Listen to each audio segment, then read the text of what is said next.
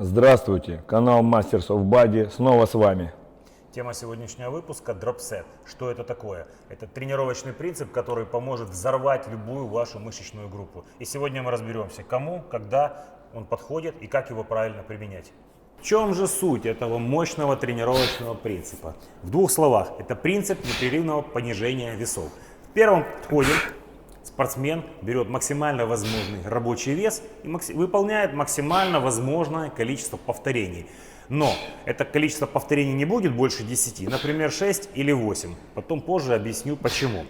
Далее он берет, например, в нашем случае, штангу чуть меньшим весом и продолжает выполнять уже утомленной мышцей и добавляет еще 5-6 повторений. Выполнив качественно эти несколько повторений, и спортсмен переходит к еще меньшему весу. И максимально утомленной мышцей выполняет еще то количество повторений, которое ему позволяет его тренировочный опыт.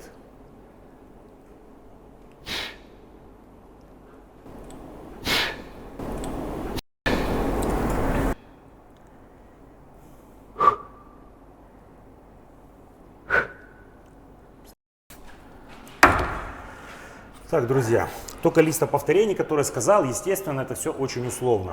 Здесь очень много зависимости и от упражнения, какую мышцу прорабатываем, и от спортсмена этого уровня. Например, с бицепсом здесь, естественно, повторений будет побольше. Если взять приседание, например, там и 4 повторения будет для дропсета годиться. Тот же самый становая тяга, если кто-то выполняет, сбрасывая блинчики, также будет выполнять по 6, по 4 повторения. И как я уже сказал, если это односуставное упражнение, бицепс или трицепс, работает локтевой сустав, естественно, чтобы его не травмировать, то будет выполняться большее количество повторений, но, соответственно, меньшим весом. Для каких спортсменов подходит такой тренировочный принцип? Конечно же, не для новичков. Во-первых, спортсмен должен понимать, какой его максимально возможный рабочий вес, с какого веса начинать, чтобы не травмироваться ни в коем случае. Поэтому новичкам он не подойдет. Также спортсмены, которые в предсоревновательной подготовке, очень хорошо используют этот принцип для сохранения и тем более для набора и удержания качественной мышечной массы. Это один из принципов, одно из преимуществ именно этого тренировочного принципа, который мы потом озвучим.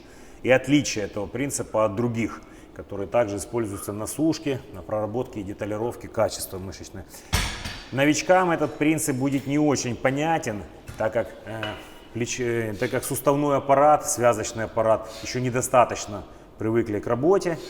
Человек, естественно, свой организм знает слабо, и там надо очень хорошо наблюдать тренеру, наставнику, чтобы не травмироваться. Поэтому в первую очередь должен быть опыт и знание своего организма.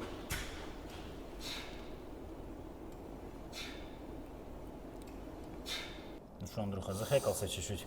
Ну, немножечко, конечно, это же дропсет. Да, смотрите, друзья, чем отличается этот тренировочный принцип, особенно в предсоревновательной подготовке, Андрей часто его применяет, часто, правильно говорю, в отличие от обычного многоповтора. Если выполняете, тот же трицепс на блоке многоповторкой, там надо сделать раз 17-20, да, Андрюха? Да. Первые 10 раз реально пойдут в холостую. Вообще. И если у вас мышца, допустим, отстающая, как моя дельта, или там у кого-то там, у меня руки отстают, у кого-то ноги отстают, то эти 10 холостых повторений, они сделают мышцу рельефной, но объем будет падать по мере сушки. Я прав? Однозначно. Вот. И этот принцип именно хорош тем, что он позволяет сохранить ту качественную мышечную массу на своем пике, которую спортсмен набрал в период массонабора. Так. И теперь смотрите, особенно это касается, допустим, вот тот же трицепс, неважно, бицепс, я там в ногах его использую, в дельтах. То есть мы выполнили, к примеру, 8, 6, 6. Итого, сколько это получается у нас? 20 повторений, но практически с 3-го, с 4-го повторения мышца уже находится в пиковом сокращении. И так на протяжении всего периода, всего подхода.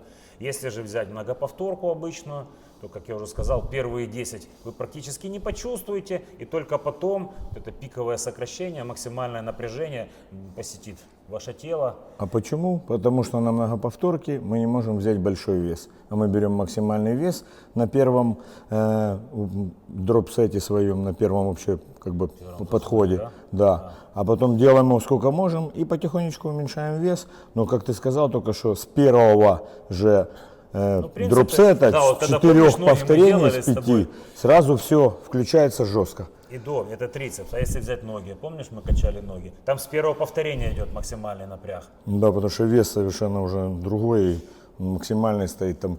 Даже помнишь, жим ногами мы делали дропсет, Да. там 400 5 раз, первого 350 повторения, ребята. 4 раза, 300 там 3 раза, 250 5 раз, и все, и нога наливалась так, что мама дорогая. Того в сумме все 15 повторений вы испытываете максимальное напряжение. Когда Андрей готовился на чемпионат мира, мы это активно использовали и в приседах, и в жиме ногами, как он сказал. И тогда Да, и тогда я даже на Тогда диете была бронза. не терял На диете массу. масса оставалась, качество, Да, детальки. качество.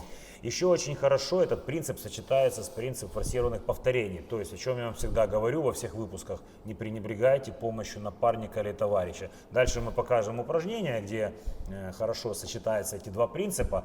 Поэтому, если вам эти повторения еще помогает друг выполнить, или ваш наставник, кто у вас есть, это вообще будет такая бомба. Ну, это, наверное, самая разрывная смесь. Скажи, если я не прав, во всех тренировочных принципах, именно для набора, неважно, для сушки, качества, для повышения силовых показателей. То есть ничего бомбезней пока что не придумали. Я согласен, дропсет это очень Вот жестко. если я что-то забыл, вот скажи, какие еще есть альтернативы, именно дропсет вместе вот с форсированными повторениями, с напарником, что может быть жестче и круче? Ну ничего, ни многоповторка, ни суперсет, ни трисет, ничего. Наверное, только ты если в прав. конце еще из-за напряжения добавить, когда ты позировал, да, вот Ну, делаешь. Ну, это такое уже как бы. Статическое напряжение, просто чтобы Статика, да. Но удержать именно кровь в мышцу. это дополнение, ну, поменять, заменить, наверное, ничего не сможет, правильно? Или нет? Не, все правильно, У нет. тебя опыт соревновательный больше, ты именно вот научился хранить эту мышечную массу в свое время, Ну, донести мне её, заходили только дропсеты, чтобы я сохранил мышечную массу. ну, с только. помощью напарника, да? Конечно, Потому что конечно. тяжело сконцентрироваться, Плюс особенно на тяжелых упражнениях. Плюс ты на диете, у тебя не хватает всего, и ни эластичные, ни связки, ни суставы, а вес в первом из дропсетов надо брать хороший, нормальный, перед этим, естественно, разогреться хорошо, но он должен быть сейчас к этому очень нормальный. Да, ну, однозначно нужно, чтобы тебя кто-то страховал, однозначно, и помог. И вот теперь мы переходим к следующему вопросу. Когда правильно применять, в какой период тренировки?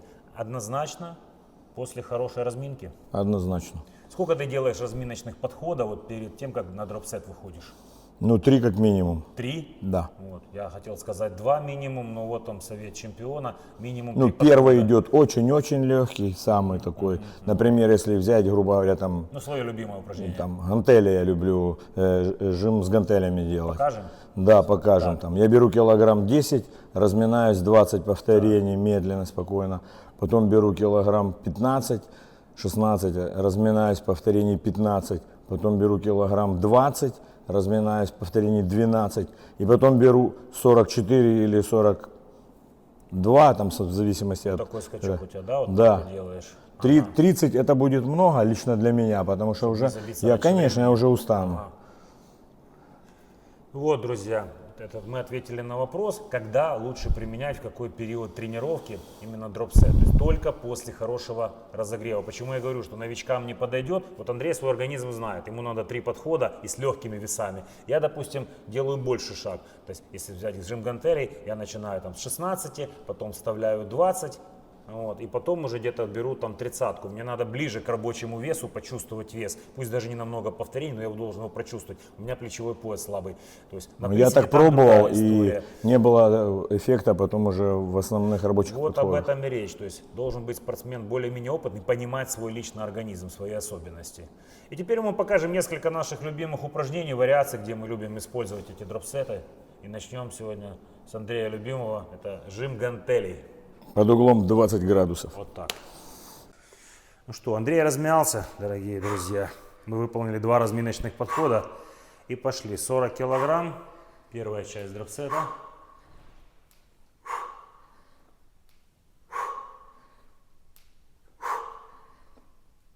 Оп. 36. День. С той стороны, пойди бери.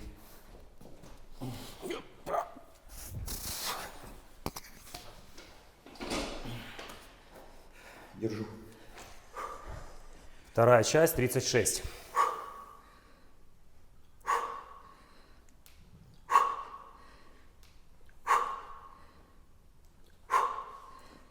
Оп. 12 уже. 32. Давай, наверное, подошли к 32. Давай. Сейчас покажем, как с помощью мы делаем до отказа. Раз.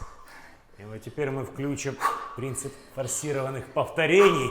И напарник помогает сделать еще невозможное.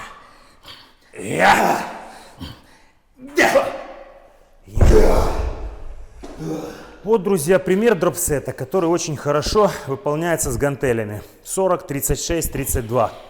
Итого, сколько мы в сумме сделали? 36. 18 повторений. И каждое из этих повторений было с пиковым возможным практически весом. Результат налицо. И сейчас еще пару упражнений. Теперь, друзья, покажу вам свое любимое упражнение, которое люблю делать в конце тренировки ног. В начале, как разминка, делаю один подход, ну иногда два, по 15, то и 20 повторений. А вот в конце тренировки, когда мы уже сделали все, приседания, жимы, гаки, выпады, все что угодно, один дропсет, и вы с этого тренажера встаете просто на полусогнутых, в принципе, если ноги выравниваются. Да, если правильно сделать, то да. Здесь вообще много не получается. 6-4-4 максимум, иначе вы до этого, значит, халтурили. Или вес выбрали неправильно. И... Раз, два, 3, 4, 5, 6, 7, 8, 9. Раз, два, 3, 4, 5, 6. Ну. И поехали. Стараемся соблюдать технику при любом раскладе. Резко не дергать, не подрывать коленями и не бросать. Последний. 6. Удержание. Фу. О. Очень рекомендую. Это очень жирная точка в любой тренировке ног. Один заход, если правильно подобраны веса, и все. Квадрицепс просто разрывается. И еще одно упражнение, которое мне Андрей тоже поможет сделать и помогал всегда на наших совместных тренировках, это средняя дельта. Дельта — это мое слабое звено, отстающее. Сейчас пойдем в тот зал, хоть света нет, опять вырубили. Но попробуем показать вам с гантельками, что это происходит и как работает, помогает напарник в прокачке именно дропсетом в последнем подходе дельтовидных. Применение мной этого принципа – это средняя дельта. Сам я ее сделать, вот честно, сколько не пробовал, даже просто дропсет мне не помогает. Андрей мне часто помогал, Дима помогал. И вот именно в такой интерпретации, сейчас я сделал разминочку, это просто убийство, особенно для отстающих мышц. Поехали.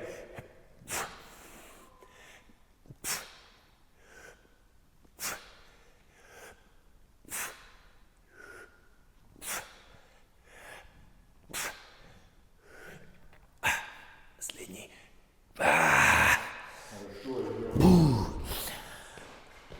Сам бы я не сделал, кстати, так качественно, с 16 килограммами. Едем.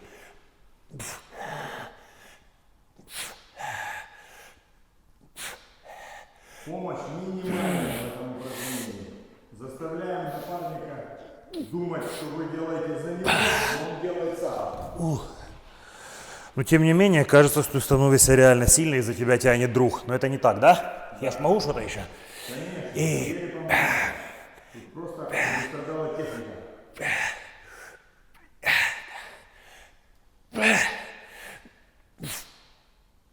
Держали.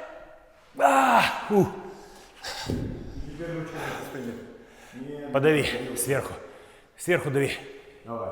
И такую статику можно добавлять. Все. Спасибо, друг. Значит, друзья, смотрите. Мы показали тут небольшой минимум.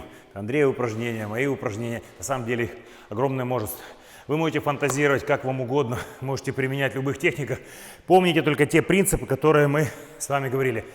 Первое. Хорошая разминка, помощь друга, звонок другу если надо. И всегда думайте, критическое мышление включайте, пробуйте, экспериментируйте, задавайте ваши вопросы. И техника не должна страдать, поэтому помощь друга обязательно. Да, желательно. Это будет та связка, которая именно приведет вас к успеху. Вы А не сегодня... потеряете в силе и не потеряете в массе. Да, кстати, хотим поблагодарить того нашего подписчика, который попросил эту тему. Мы не просто так за нее взялись. В прошлом, в одном из выпусков, задали именно вопрос интересующий. Мы очень рады, когда вы ставите конструктивные вопросы, предложения. Нам приятна такая обратная связь. Также сегодня мы поздравляем нашего Дмитрия с его 57-летием. Хотим пожелать ему оставаться таким же бодрым. Человек катается на велосипеде, занимается боксом и качается 5 раз в неделю. Так что дай бог каждому, И кто еще в том, что не терпит ходит. нас и снимает нас. Вы не представляете, в каких позах он иногда бывает, когда мы снимаем наши ролики. Да, Счастья, здоровья, Димчик, чтобы у тебя все было хорошо. и мира, конечно, да. Поэтому благодарим Orange, прощаемся, до новых встреч, присылайте ваши вопросы, нам это опять же будет очень приятно, будем стараться реагировать и отвечать. Константин, Андрей, наш именинник Дмитрий и канал Masters of Body всегда с вами. До новых встреч!